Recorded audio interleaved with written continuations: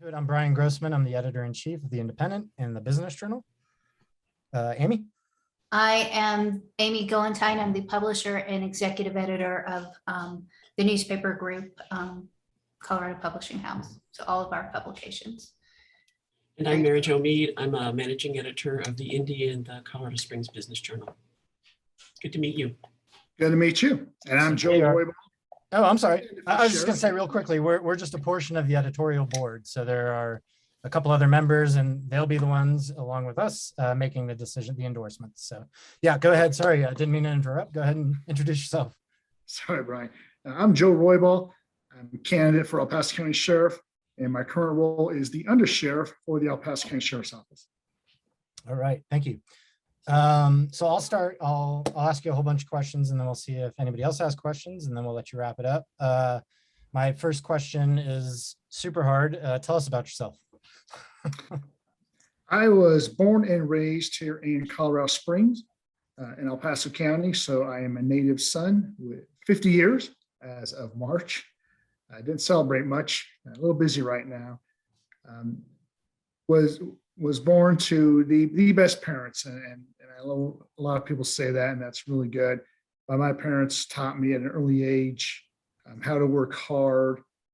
Don't ask for handouts. Everything that you get, you work for. You don't deserve something unless you earn it. My dad gave me the best example of how to live for people and really put people first, as he did with our family. He contracted polio at the age of 2 and really struggled his whole life with mobility. And he is the reason why I got into law enforcement. He walked with a very strong, very pronounced limp. It was very obvious he had a handicap.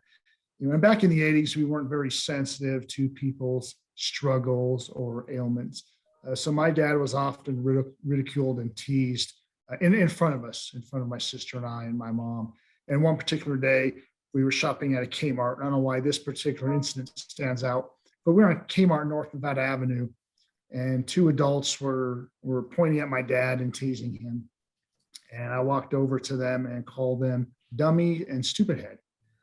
My dad called me over and said, "Jojo, pay no mind to them. They are insensitive, unaware of my condition."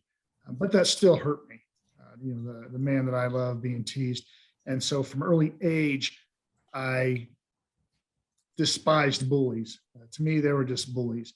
And I stuck up for people who couldn't quite defend themselves. Of course, I would never say that in front of Dad, that he couldn't defend himself.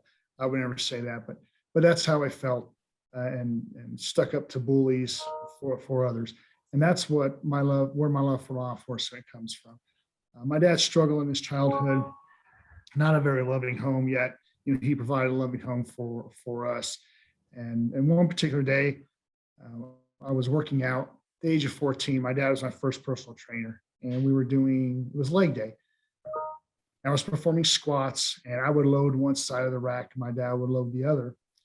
And the very beginning of the workout, the first exercise, he dropped a plate from about 3 feet off the floor and broke his left foot. I had no clue at the time.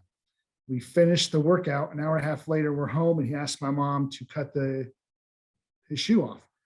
And when she did, I still remember the popping sound it made when his foot swole, releasing his Chuck Taylors. He loved Chuck Taylors. That's the sneaker he wore. And of course, my mom wasn't happy. She said, "Well, what happened?" He says, "I dropped a weight on my foot." And during JoJo's workout, she said, "Well, why wouldn't you come home?" And this is the phrase I remember, and this is the gauge by which I live my life and serve others. He says, "I didn't want to interrupt JoJo's workout." To me, that was the ultimate demonstration of putting others before yourself. Some people may say, the ultimate sacrifice, push somebody out of the way of an oncoming bus or a train, or take a bullet. To me, that's one act. That's one act of bravery, one act of unselfishness for someone else. But every single day when you live for somebody, when you put people first, as my dad did, to me, that's much tougher because it takes an effort every single day. And as humans, that's not always easy to put others before ourselves. So big fan of my parents. Lord bless me, they're still with me today, so I'm happy for that. I've been married for 22 years. We have 5 children, excuse me, 5 children, 5 grandchildren, all boys. So we're pretty busy. Most of our children live out of state, so it's difficult to see. But since COVID, what's the blessing of COVID? Zoom, Teams, video chat. Before that it was Facebook, but now we have technologies that help us, such as this interview, have more of a face to face. Okay. Can you talk about your law enforcement background? I know you're under sheriff now, so maybe talk us through your career. Yes, my career began in 1995 when I started the academy, the El Paso County Sheriff's Office Academy. My entire law enforcement career has been at the sheriff's office. I completed my post certification, police officer standard training in December of 1995, and then started working the jail. From the jail, I became part of the special response team, which is the tactical team for the jail when we have people who are combative or resistive or threatening to harm others. We would go in and safely secure with minimal force. That's key, and I'll touch on that later. From there, court transport, do extraditions around the country where you fly armed. So that was interesting. Promoted from my first promotion, I went back to the jail as a supervisor, and then public information officer, judicial liaison, internal affairs, when you want to hold allegations of wrongdoing by employees. The legislature believes that they have to pass laws to hold law enforcement accountable, and that's just not the case. We've been doing that for some time, and I'm proud to say most of those investigations, it turns out that our employees, whether they're deputies or professional staff, acted appropriately. So those cases are nice.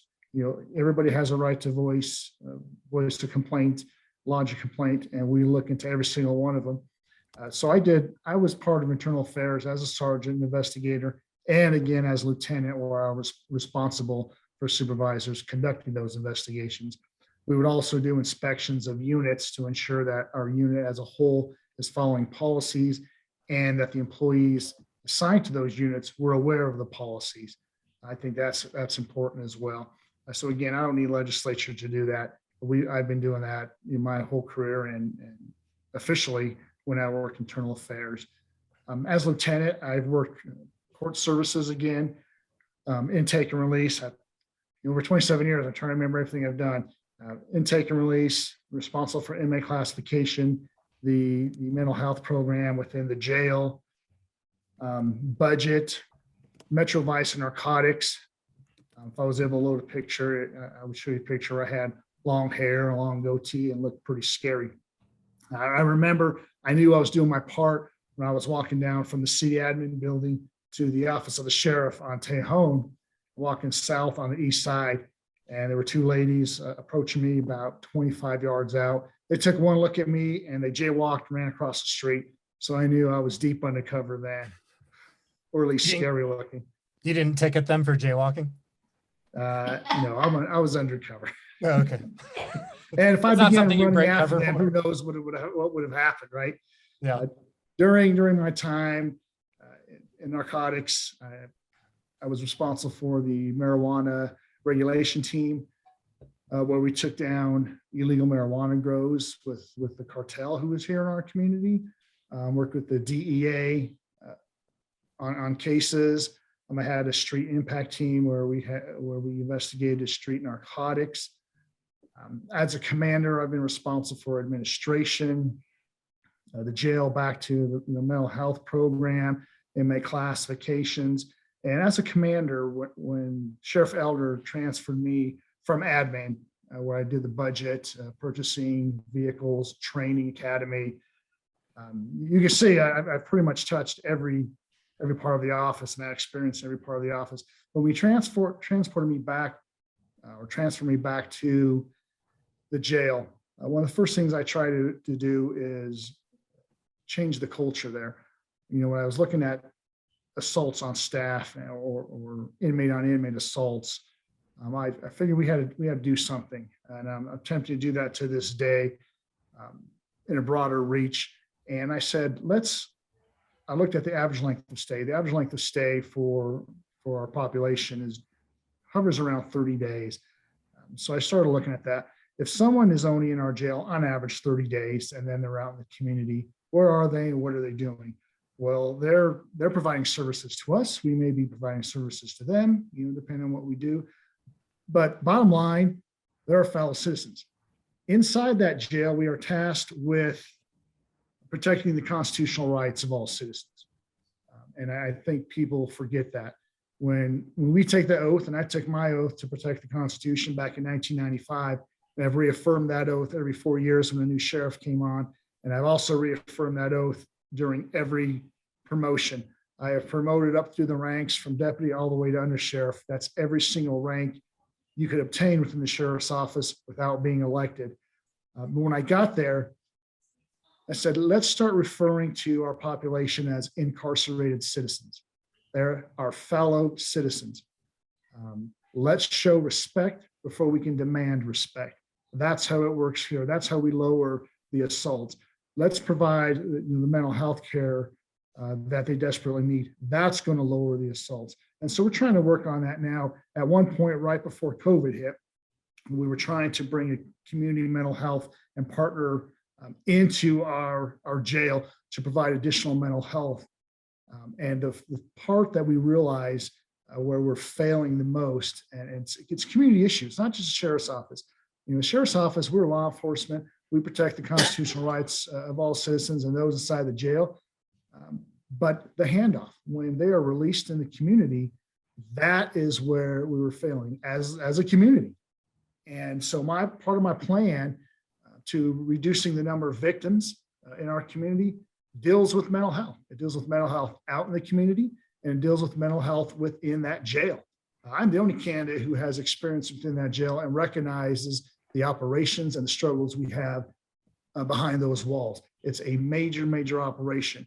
And I invite you all here, I invite anybody from the CS Indy to come and take a tour. The more tours, the more people we have in there who see what we do, to see the demand and honestly the professionalism of our staff, the better. There is nothing to hide. That is the community jail, the only jail that services El Paso County. And when I talk to community members, I explain to them by asking how many jails do we have? And some people guess 2, 3. And then the trick question, does Colorado Springs have a jail? And everybody says yes. Well, no, Colorado Springs doesn't. El Paso County is the only jail that services all the communities here, including Colorado Springs, Manitou, Fountain, Monument, and of course, unincorporated El Paso County. So we service all areas of El Paso County. And so to impact people within that facility, provide that mental health, that warm handoff to a counselor or some drug addiction therapy when they are released, that's the best chance, that's the best opportunity to prevent them from coming back into that jail. The recidivism rate currently in the general population of our facility is around 75%. What that means is we release 100 people, 75 reoffend and come back into our jail, your jail. That's not good enough for me. What that means is there are 75 new victims out there in the community, 75 lives, 75 families that have been impacted by crime. So inside our facility, if we can provide what is necessary, addiction counseling, therapy, medically assisted treatment, those kind of programs to prevent them to get them over their addiction, that's going to reduce recidivism. We had a program that started 10 years ago called Reintegration and Recovery that has now changed to be jail-based behavioral health. I was responsible for coordinating that a few years ago, and I continue to try to work on that program. I'm proud to say now that we're getting through COVID, we're starting to increase those services again. And that program over 10 years has proven to reduce recidivism by 20%. That's huge. So that is one of my priorities, to increase that program because we service around 200, 250 people a year. That's a small part of the population. I want to increase that. I'd like to double that, triple that if I can, see where we go. Because what that means is if we reduce that recidivism rate down to 55% from 75, that is less victims in our community. That has less negative impact, less crime to our community members. That is one piece to reducing crime and reducing victims. That second piece is out in the community. It is programs that are new. They're being used around the country, intelligence-led policing. I first learned about that when I was a commander down at the jail.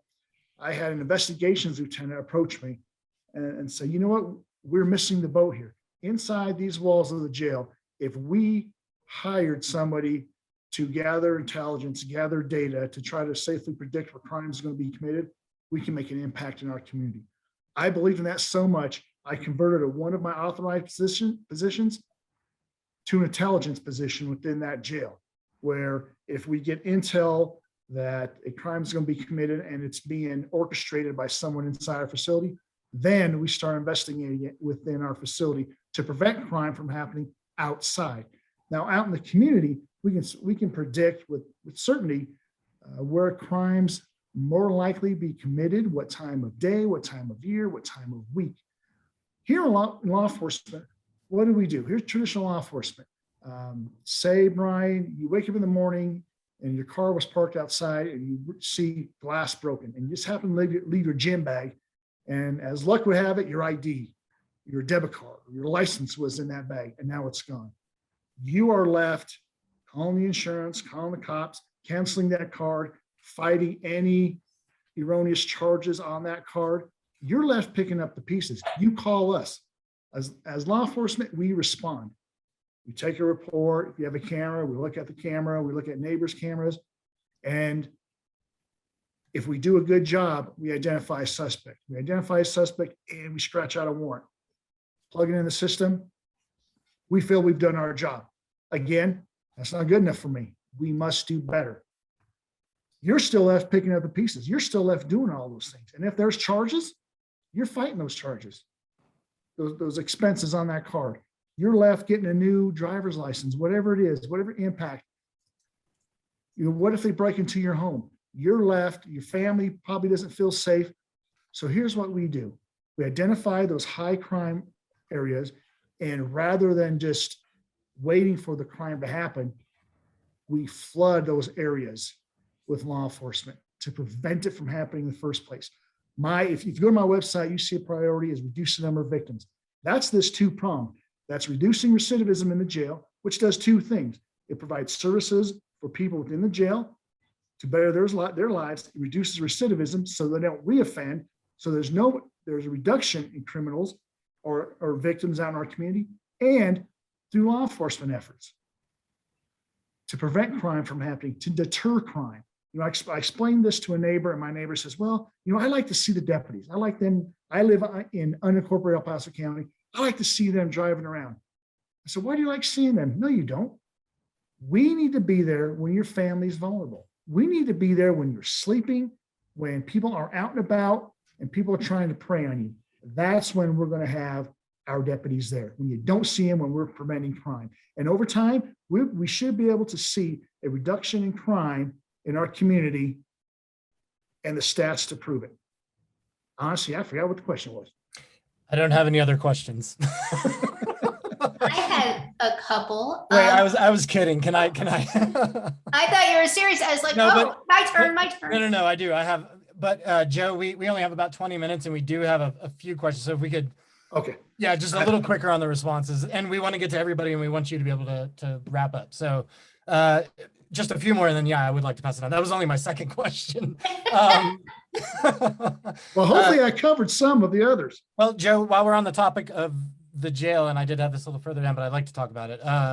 So in about 2.5 years, the jail's seen 11 deaths, which is concerning. Sheriff Elders said that's concerning. What would you do to address the number of deaths that have been occurring at the jail? I think trying to identify illnesses early on. I'm not sure if he gave you stats, and I know I'm here as a candidate, not as the undersheriff. Most of those were natural causes. where there's nothing we could have done. Those natural cause deaths, unfortunately, they were in our facility, so they count as a in custody death, which is very, very unfortunate because that number is skewed because of that. But if we could provide more robust care in the beginning or identify maybe those natural causes, we can prevent. Now, Yep. when I say prevent, we can reduce it. When it's, depending on your beliefs, when it's your time, and it doesn't matter what you've done or where, what you've done or what care you've taken. Your time is up, and in these circumstances, in these cases, and because of potential litigation, I can't go into detail, but I'm confident that no matter what we would have done in the majority of those, we just couldn't have made a difference. And that's unfortunate because I would absolutely like to make a difference. So identifying those ahead of time. And if we have somebody who's high risk, maybe increase the amount of time, the visits to the doctor or the nurses, or the frequency, or get them down for those people that are high risk. Some of these, we wouldn't have had a clue even if we did that, based on what caused the deaths. We couldn't have done anything. Now, for those who try to harm themselves, that's also difficult to predict. But increasing that mental health, what I like to do out in the community, we have Behavioral Health Connect and Speaking. I'm sure you're all aware of it. Where we have somebody in crisis, a community member in crisis, we send a deputy along with a counselor to provide intervention, prevent those people from even coming to jail. We're trying to get a beacon unit within our facility. So increasing mental health within the facility, which will prevent people from harming themselves, increasing the health at the beginning, identifying those high-risk people, high-risk categories, providing more robust health care in the beginning. That's going to make an impact on the natural causes. The people that harm themselves, having that beacon unit where someone's in crisis, send the counselor immediately. Those two things I absolutely believe, and I know based on my experience, most of my experience is around detentions, will make an impact on those jail deaths. And with our vendor, our health vendor, there's some things we're trying now. And again, I have to be very careful because there's things going on behind the scenes. But increased healthcare, increased mental health will absolutely reduce the jail deaths. As well as there's a third piece, overdoses. The availability of drugs within our facility. We introduced a canine unit that goes around sniffs. We no longer allow mail to come in. We scan it, provide it electronically to help reduce the contraband, because we had people who were taking narcotics and got narcotics within our facility. That's dangerous. Those three things will make an impact in our jail deaths. Absolutely. Okay. Let me ask two more and then I'll pass this off. Staffing shortages and sort of hand in hand with that, we're seeing increased crime in the county nationwide, but the county's not immune. How do you deal with both rising crime and staffing shortages to ensure that people are kept safe? You start that with the staffing shortage. There are people out there, and there's other candidates who are going to say, well, I would address the staffing issue. That staffing issue goes through every part of the United States. It affects all of us and every industry. It's not just law enforcement. Unfortunately for us in the state of Colorado, we had some legislation that passed. And a couple of years ago, we had an event, not in our state, where it gave unfavorable opinions of law enforcement.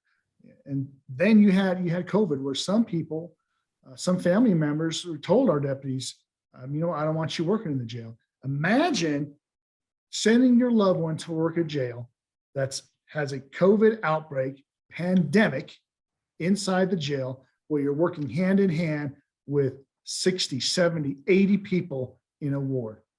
Some family didn't want to do it. They said it's not worth the risk, especially in the beginning when we were unaware of what COVID was and what it would bring. And early on in April of 2020, we lost a deputy to COVID. So those three factors impacted law enforcement, and specifically impacted law enforcement here in El Paso County. I can't tell family members, hey, we're doing everything to keep your family safe, your loved ones safe from COVID. We're wearing masks. Some of the population, most of the population inside our facility, our incarcerated citizens did not wear masks. What are we going to do? We're going to use force. We're gonna wrestle. We're gonna fight somebody to wear a mask. We just couldn't do that. So to understand why the staffing became short or why people were leaving, that's the first step of this. I'm the only candidate who recognizes that. People aren't going to say, well, it's the jail that you, no one's going to say COVID inside the jail. Absolutely. When we had a deputy pass away very early 2020, it scared all of our staff. It scared me, yet we were in there. Those brave men and women going to work in fear of COVID, I have to applaud them. But I will say it's turning around. You know, I live out here in Falcon, and McDonald's modify their hours because they don't have enough people. KFC closes every now and again because they don't have enough staff. So it's not just the sheriff's office, like some people want you to believe. But here's what they're not telling you, because they're probably not aware, because they don't do their research. We have the largest academy since 2017 currently seated with 34 recruits. That's the largest academy we've had in a few years. We operate 3 to 4 academies a year. I am very confident we're going to hire over 100 new deputies by the end of this year. Extremely confident that's going to happen. The efforts we're making in recruiting, we're offering incentive to come work our jail.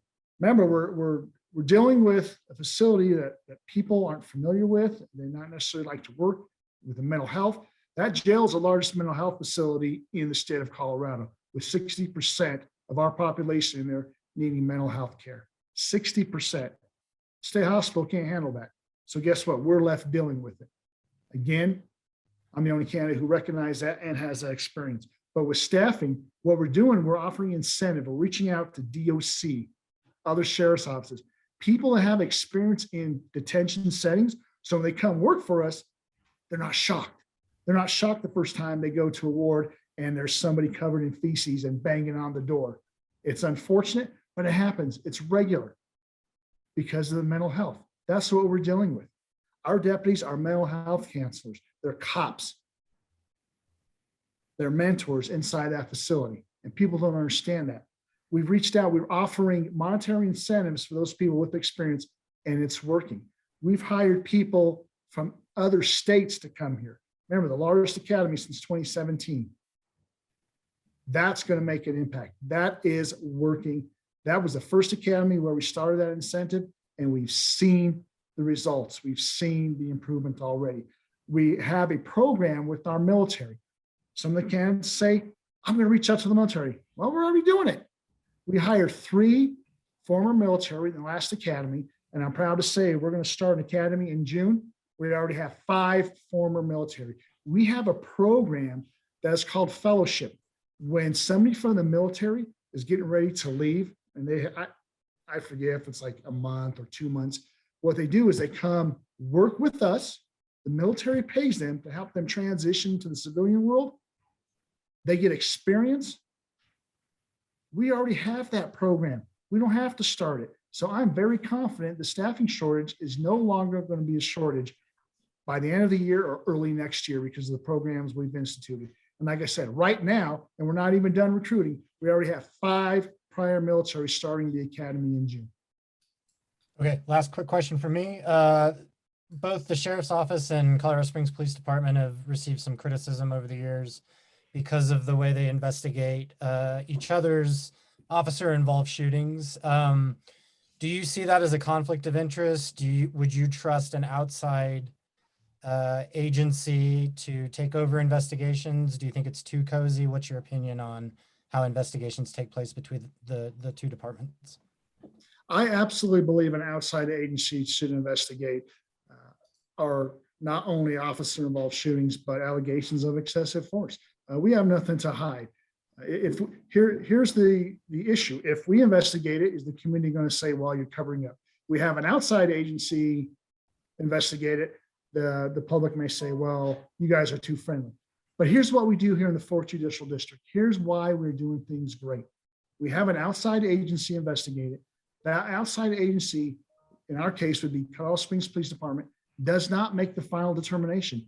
That investigation goes to the district attorney's office for review. So that is actually two outside agencies reviewing what we have done, reviewing the conduct of our deputies. So I am absolutely confident what we're doing here in the 4th Judicial District is working.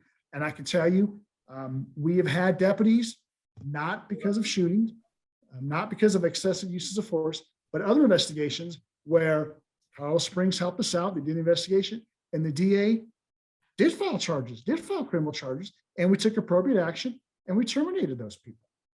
You know, we don't publicize that. We don't put our people out for public display. We don't do that.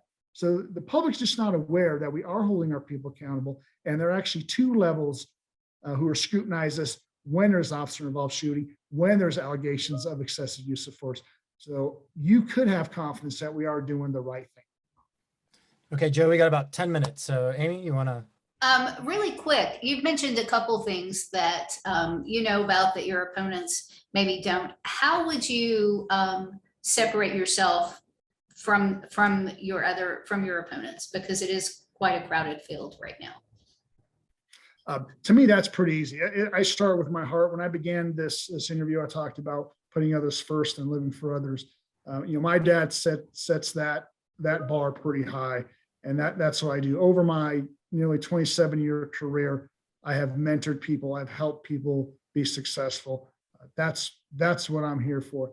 My experience, my understanding and knowledge of the sheriff's office is unmatched. One of my opponents out there is saying, well, I have so many years. Well, that's part-time. And what areas of the office did you touch? What areas were you responsible for? Budget. I will highlight the budget. One of my opponents said, well, if I need more money, I'll go to the county commissioners. Well, no, you can't do that. I don't need any more money. I know the budget. I have found money within our current budget to increase authorizations for deputies. I don't need to ask the taxpayers for more money. I don't need to ask the commissioners for any more money. I know where that money is. It is with staffing we currently have. I will attrit positions. Nobody's getting terminated. When they leave, I will simply reallocate those funds to personnel that I believe are critical, and that are deputies. All those positions that I believe we can attrit and the work done by somebody else or duplication of efforts will go to increase authorizations of our sworn personnel. I already have that. My mental health background. I sit on the El Paso County Behavioral Health Steering Committee. I know the issues within the jail. I know how we can solve them. I know how we must increase those services. My other two opponents have zero experience in that. I'm not even sure if that's a priority of them. It has to be a priority in our community. My experience fighting narcotics, illegal marijuana grows, taking down illegal marijuana grows, experience, my heart, my vision. We all have promises. We all have platforms, but what is their plan? I have a solid plan that I will implement day one. I know how to do it. As people, that's where we fail. If I make a promise, how are you going to accomplish it?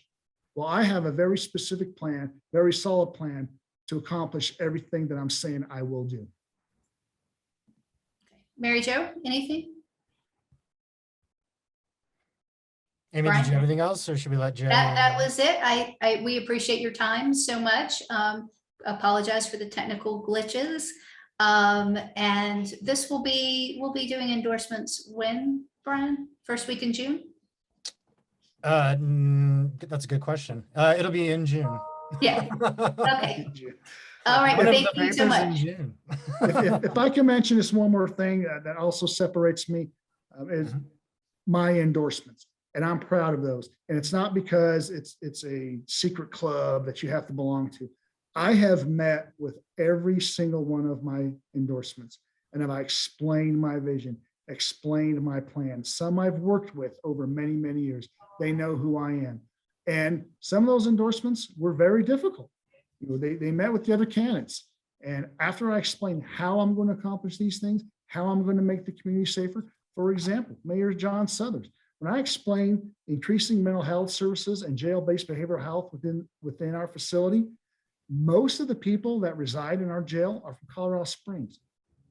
I'm actually going to reduce the crime in the city of Colorado Springs through the sheriff's office by providing those programs within the jail.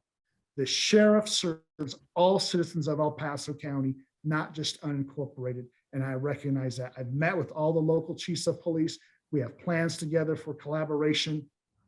I've met with all these people. I am proud of those endorsements because I've earned them and I've worked for them for 27 years. Thank you. Thank you, Joe. Thank you so much for your time. We appreciate it. Thanks a lot. Have a good afternoon. Bye-bye.